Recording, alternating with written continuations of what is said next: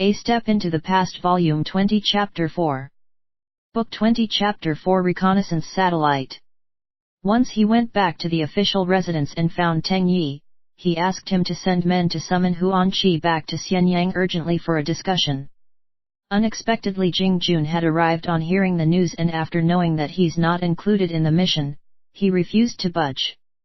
No matter how Xiang and Teng coaxed or coerced, for example saying that he's just got married and should not go to war, or that they need him in the capital city to lead the cavalry, he refused to listen. In the end they had to give in, and Xiang Xiaolong entered the palace again to see Xiao Pan to ask him to appoint Jing Jun as another deputy general while Lord Chongping will look after the cavalry in his absence, with Zhao De taking over as the temporary deputy commander before they could settle this matter. Next he went to the army camp outside the city to choose his elite soldiers. The old and the weak were all sent home while the new recruits were left with Meng Wu and Meng Tian for training. Huan Qi hurried back that night, and the three brothers, together with Hung Qi and Wu Guo, opened up the map and spent the whole night discussing the battle details. In the morning, all of them took a quick nap before they all set out for their respective tasks. Xiang Xiaolong entered the palace again to have a meeting with Xiao Pan, and other than Lord Chongping and Liu Buwei, there were also Wang Ling, Lao Ai, and the Dowager Zhu Ji. Although Liu Buwei would very much like to kill Xiang Xiaolong, but for his own benefit, he definitely does not want Xiang Xiaolong to lose this key battle on which the Qin Empire is hinged on. That's why he portrayed himself to be very cooperative. Only now did realize how wealthy and strong Qin is, for there are no problems in the supply of food, weapons, horses, or carriages at all. They were able to give him whatever amount he asked for. After the meeting, Liu Buwei, Zhu Ji, and Lao Ai left, and Xiang Xiaolong turned towards Xiao Pan, Lord Chongping and Wang Ling, and said, "Now the enemy is making quick battles, and with the 5 states having a unified goal, their morale is high. If I just go out and fight the enemy like that, defeat is a certainty. The only way is to let the enemy become overconfident, then lure them in and at the same time disrupt their food supplies by moving away all the people in the towns along the way away. Make them lengthen their supply line indefinitely, far away from their base camp, then make use of the dangers in the mountains and forest for our elite soldiers to launch a surprise attack. If we gain the upper hand, we'll chase them down hard, but if we can't fight them we can retreat first. This is a good opportunity to destroy their morale, and when the time is ripe, we will launch an attack on the enemy, and in this battle, we'll have about 90% chance of winning." The eyes of the three of them brightened at the same time.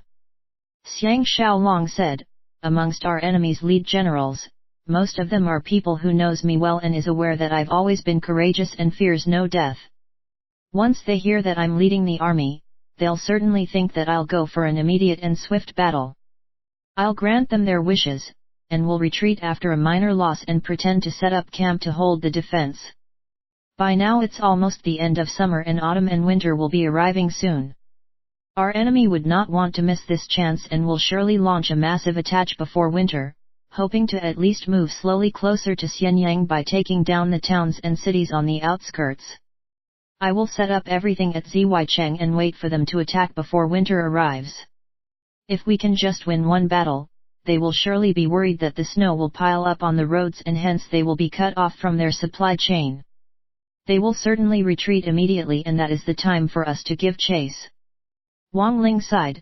No wonder before his death, Liu Gong kept praising Xiaolong as an intelligent and brave warrior ever since Bai Qi. "Just listening to the military tactics that Xiaolong has just said, and I know that your knowledge in military strategies are as good as your skills with the sword. Knowing yourself and your enemy, and 100 battles fought is 100 battles won." Xiang Xiaolong smiled wryly. More easily said than done. The actual implementation will have to be done carefully, and there must be no mistakes. Luckily the Grand Commander of the coalition army is not Li Mu, otherwise he'll definitely not fall for this trick. Xiao Pan said with relief and joy, "Even if Grand Tutor is up against Li Mu, I think both of you are on equal standing. Hi! I can finally have a good sleep tonight." Lord Chongping added, "Once Xiaolong comes back victorious, I will definitely hold a feast of at least 10 tables at Drunken Wind Loft to help you celebrate."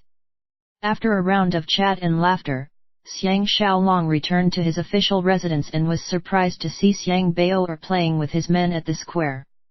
His beloved wives and maids have all come back from the farm, and even the long-absent Zhou Yang was there, and on seeing him, immediately knelt down and cried out, "Zhou Yang was lucky that I have not failed your order and have brought the King Eagle back." Xiang Xiaolong was ecstatic. "Where is the King Eagle?" Zhou Yang stood up, puckered his lips and whistled melodiously. The sound of the wind being sliced could be heard from above the sky.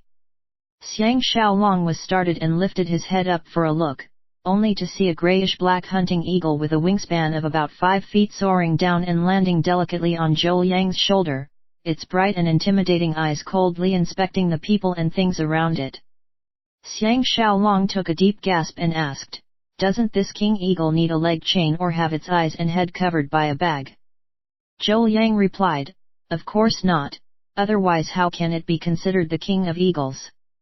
I took a whole year to find it and spent another 2 years training it day and night before I dared to bring it back to see Master Xiang. I just heard that Master Xiang will be leading troops to hang the day after, and I am willing to follow you and let King Eagle help Master Xiang spy on the enemy troops. I guarantee it will make great contributions." Wu Tingfang came up next to Xiang Xiaolong while pulling Zhou Wei along with her and said with a smile, "This King Eagle seems to be quite spiritual, like it's able to communicate with Zhou Yang. No matter where we tried to hide earlier, this super eagle could find us easily. Even when we were hiding in the house, it can look in from outside the window. It was most fun." Xiang Xiaolong was secretly thinking that is almost akin to obtaining a reconnaissance satellite, spying on the enemy from high above the sky. He laughed and said, "Since we have the King Eagle helping us, this battle is a sure win." Zhou Yang gave a shout and the King Eagle spread its wings and soared towards the sky and in an instant became just a small speck in the sky. The King Eagle was circling in the clear sky, and below it, in the wilderness, is the never-ending line of the great army of Qin. Qin's military is mainly split into the army and navy, and in terms of expansion and importance, the latter is always lagging behind the former because of actual demand. The army is further separated into chariots, cavalry, and foot soldiers. By the time of the Warring States period, the use of chariots has been greatly reduced and weakened as compared to the spring-autumn period, but in some situations, especially battles on flat ground, there's still a use for them. For example, to charge into the enemy's formation to disrupt their formation, or maybe to be turned into mobile barrier to stop the approach of enemy troops. But Xiang Xiaolong is looking at the mostly mountainous terrain from Hang to Xianyang, and on top of that, he's not very familiar with the deployment of chariots, so in this mission, he decided not to use them at all. The cavalry and foot soldiers will be the main force. Ever since Xiang Xiaolong's 100 battle sword was forged, Xiao Pan gave orders for it to be replicated in volume, and with Uncle Qing personally supervising the workers, they made a batch of thick, long swords.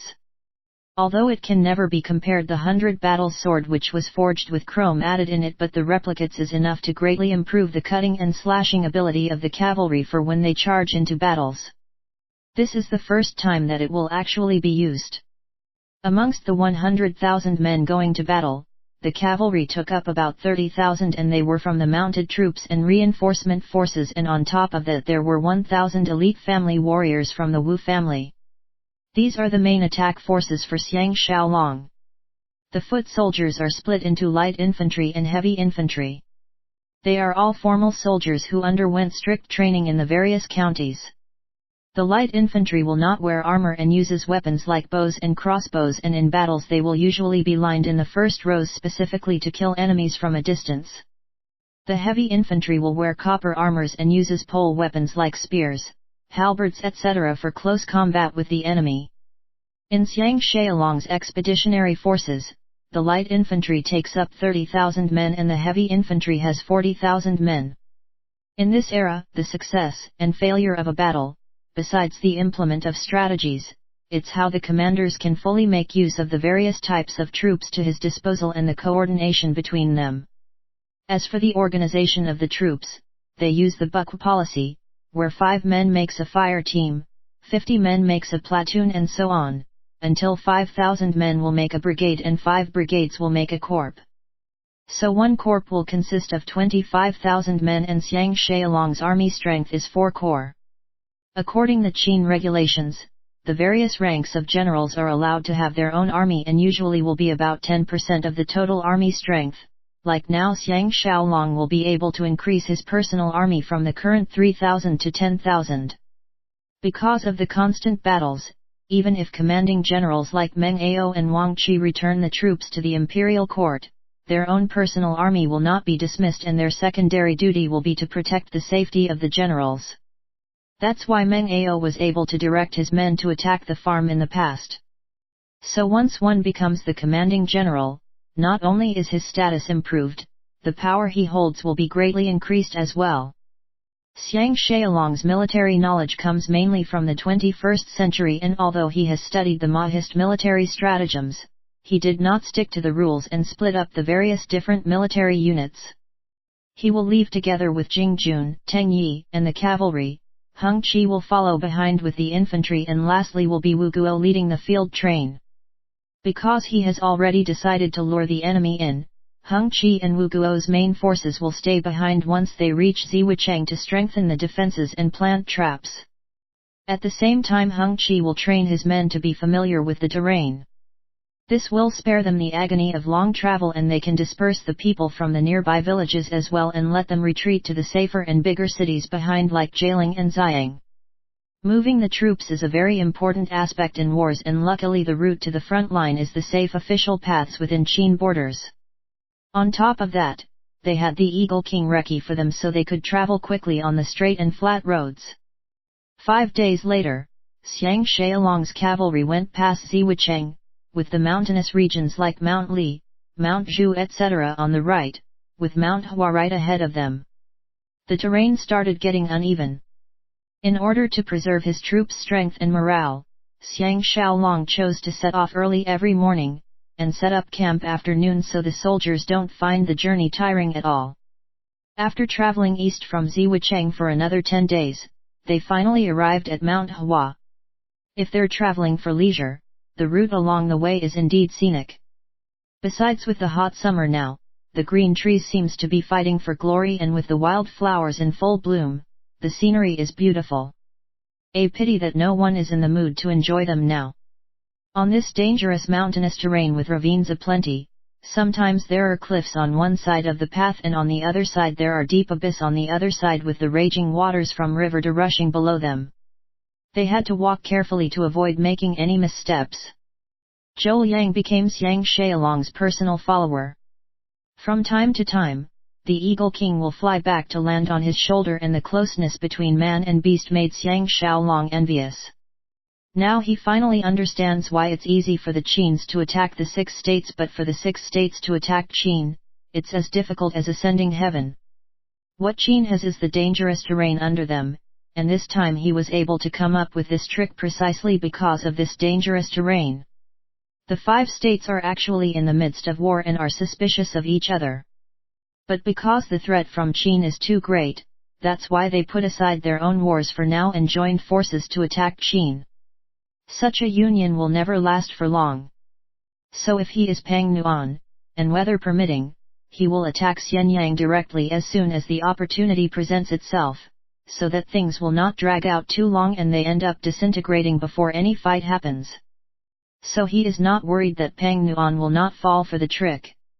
After traveling for 5 days on the mountainous roads, they came to an area where the ground is relatively flat, and on the vast plains where flowers bloom, they met Meng Ao and his troops who had been summoned back to the capital. Xiang Xiaolong, Teng Yi, Jing Jun, and Meng Ao underwent a simple ceremony to exchange the army tokens and official documents in the commander's tent. Meng Ao has aged visibly from the last time they saw him, his face lined with harshness, his hair turned from black to white. His behavior was polite yet distant. He went to great lengths to explain in detail the situation at the front line, and he does not sound optimistic at all. In the end, he concluded that fellow Pang Nuan is indeed the famed military strategist of the East. Now he has set up camp at Hang. Obviously he's waiting for our reinforcements to arrive before he defeat us in one fell swoop, after which he will make a beeline for Xianyang. Now that I see Xiaolong only has the cavalry with you, I can tell that you've seen through Pang Nuan's intentions and won't be meeting him head-on. I am indeed glad to see this. Xiang Xiaolong was secretly impressed. He's indeed a famed general to be able to see through his own intentions with just one look. He just smiled but gave no reply. Meng Ao suddenly gave a sigh and asked quietly, "Can I have a few words in private with Xiaolong?" Teng Yi and the rest are all understanding people and they hurriedly left the tent. Meng Ao looked up at the top of the tent, looking like he does not know where to start. After a long pause, he gave another sigh and said, "I, Meng Ao, have never lowered myself down to beg others, so I've never been well liked by the Qins. Only when Minister Lu started giving me opportunities did I have the chance to express my abilities and sweep through the battlefields, expanding my troops north and south and establishing a meritorious career." Xiang Xiaolong nodded his head in agreement. Everyone have their own experience and stand, this I understand. Meng Ao stopped looking upwards and instead turned his eyes to stare deeply at him. "I only have 2 sons and Xiaolong had saved them once. I hope that Xiaolong will not abandon them in future, naturally I will give something back in return." Xiang Xiaolong was taken aback, knowing that Meng Ao has seen through that Meng Wu and Meng Tian has allied themselves with him. Meng Ao said with a wry smile, "Ultimately Lu Bue will not win you. This time Pang Nuan will not be able to gain any advantage, but Xiaolong must be careful of Li Mu. This person is a rare talent in military affairs, never losing a single battle. Even after what happened at Chongping, we still dare not talk lightly of attacking Zhao because of the presence of this person. If Xiaolong managed to win this round of battle, His Highness will certainly give you the important task of attacking Zhao. When you meet this person, you have to be extra careful." Xiang Xiaolong could feel the scalp on his head going numb on hearing this. Wang Qi had told him this, and now Meng Ao is saying the same thing. Once he returns to Xianyang he must get Xiao Pan to summon Wang Jian back immediately so that he won't have to face this man, who deserves the respect of everyone, in the battlefield. Meng Ao gave another sigh before he stood up and took his leave. The next day they broke camp and set off. When they arrived at the connecting hills where the Qin army had retreated about 50 miles back and was holding fortress, Xiang Xiaolong ordered his men to set up camp and defenses, cutting off the only route towards the west. By now the defending general at the front line Cheng Jun heard of their arrival and hurried over to pay respects to his newly appointed superior. While everyone was standing on a hilltop looking at the situation, Cheng Jun gave his report. Xiang Xiaolong said, "If my estimation is correct, the coalition army will launch a fierce attack once we arrive and try their best to destroy our defenses to break our men's morale. So you must retreat in batches over the next few nights." Cheng Jun was taken aback. "You mustn't do this. If my troops retreat last, and because of the low morale of the men, no one will be willing to stay behind and wait for death. If our enemy intensifies their attack, we'll disintegrate without even a fight. Besides, if our enemy catches up swiftly with their cavalry, we run the risk of the entire army being killed." Xiang Xiaolong said with a laugh, "What General Cheng said is right, but that is precisely what I want them to think, that we are inexperienced and will commit this fatal mistake. The biggest problem is to make a neat retreat without any losses." Cheng Jun has yet to recover from his shock when Teng Yi added, "The first batch to retreat will be the injured, sick, old and weak soldiers, and at the same time announce to them that reinforcements have arrived. We have to exaggerate the numbers to 300,000 men, with Wang Jian and our great General Xiang leading the troops. Only then will the men be pacified and won't result in chaos." Cheng Jun was dumbfounded on hearing that. Even though there will always be deceit in battles, but the ones being deceived are always the enemy. To lie to their own people is indeed a rare instance, but he has no choice but to admit that this is a marvelous way of settling the minds of the troops.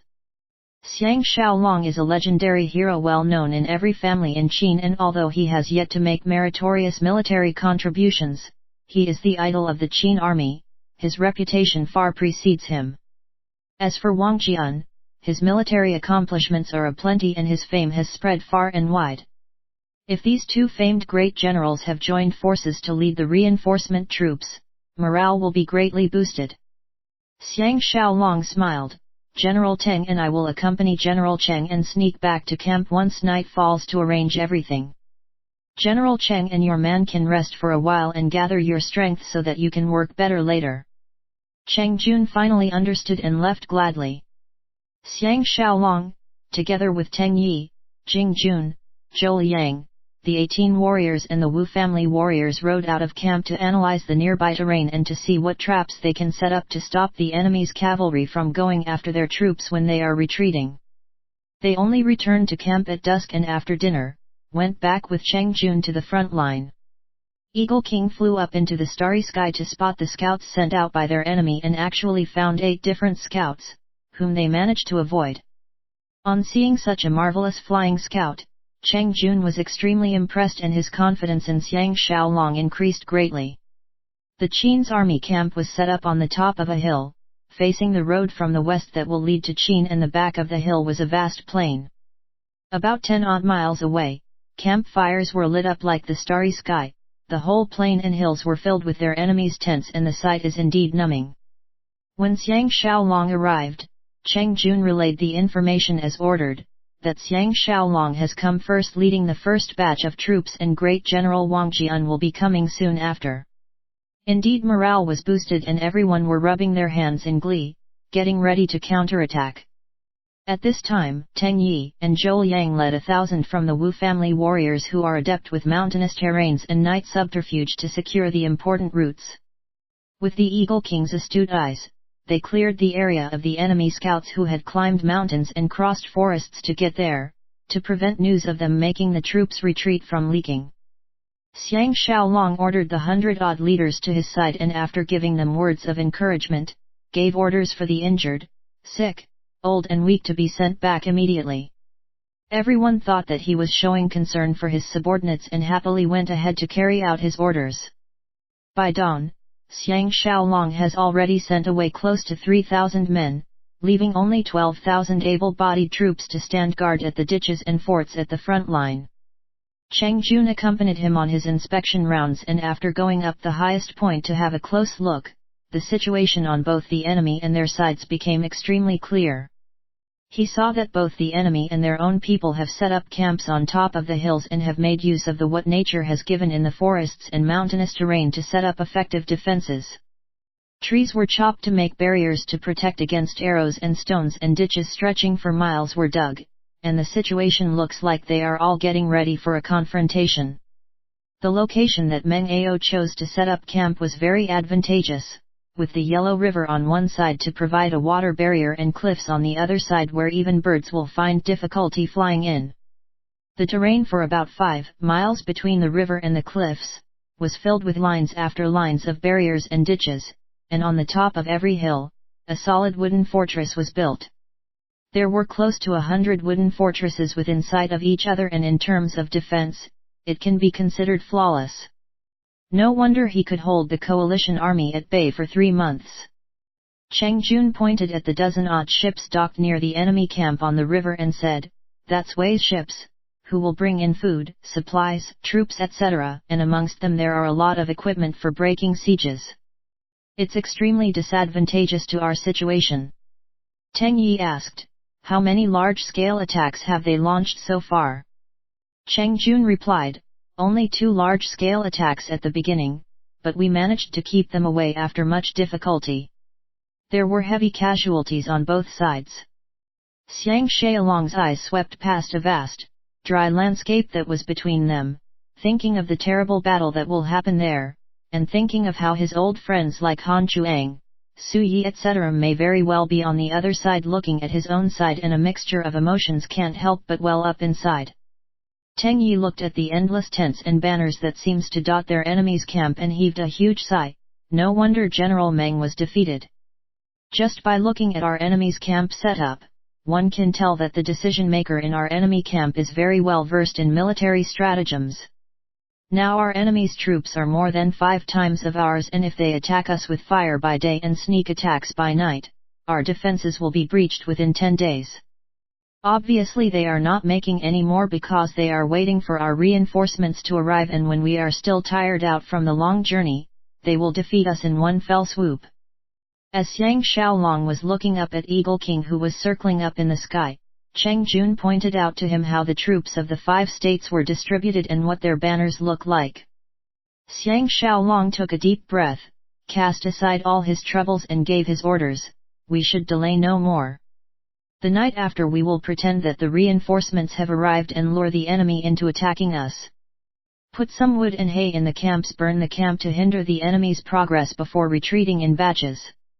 Tang and Cheng accepted their orders.